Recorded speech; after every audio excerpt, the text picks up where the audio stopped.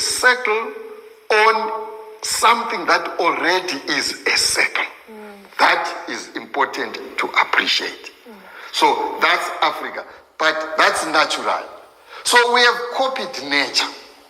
So in our nature, that's what we make, things like that. So I said in our performances, you look at our drums, the drums that we use for producing music, they are secular in design.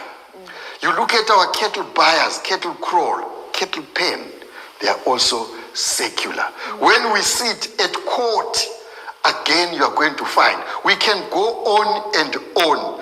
What you are not going to find in African cultural sphere is things rectangular. You don't find that. Nor do you find them in nature. You don't find the rectangular design in nature. Once upon a time, even Westerners were coming up with similar designs. If you go to England and look at the Stonehenge, it is secular in design. You go to Rome, you will find the Colosseum, it is also secular in design. So that was natural. And so when you are looking at the circle, it encompasses, encapsulates deep African philosophy, deep African worldview, deep African cosmology. Because the circle represents that unity, that interrelatedness, the interlinkages, cooperation of various parts making a whole.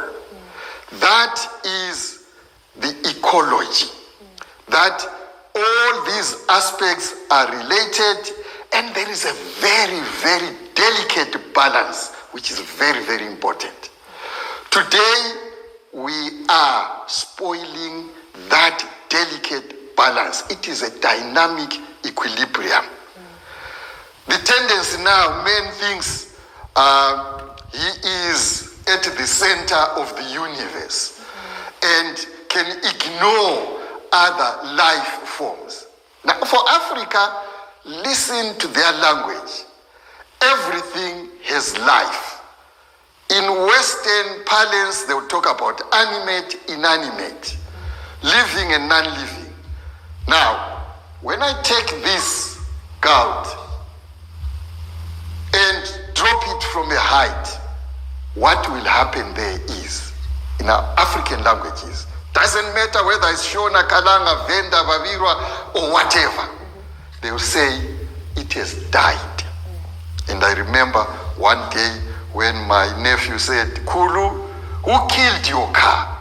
Now, that's important. The words that he used are African words, they are English words.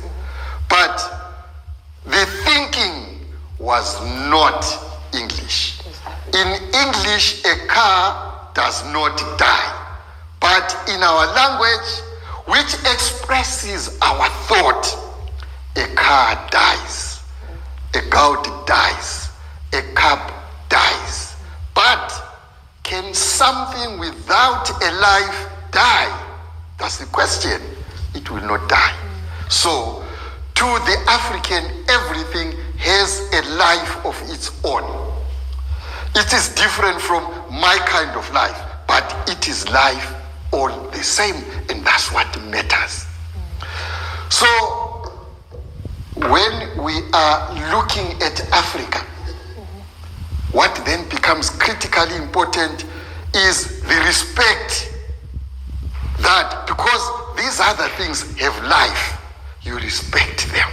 Very, very important. When you are looking at a tree, it has got life. That one is pretty obvious. But the other things like stones, they've got life of their own.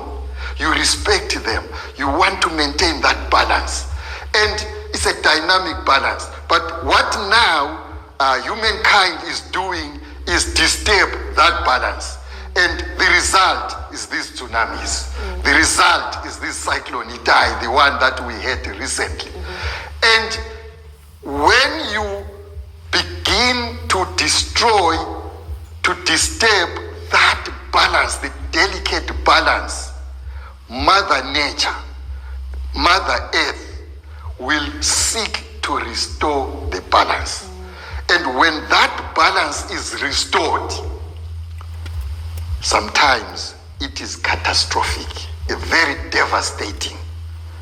So ultimately what will happen is the culprits, the human beings who think they are civilized, they've got modern technology, that technology will not stand when a tsunami is there. Doesn't matter how advanced your technology is, technology against a tsunami is useless.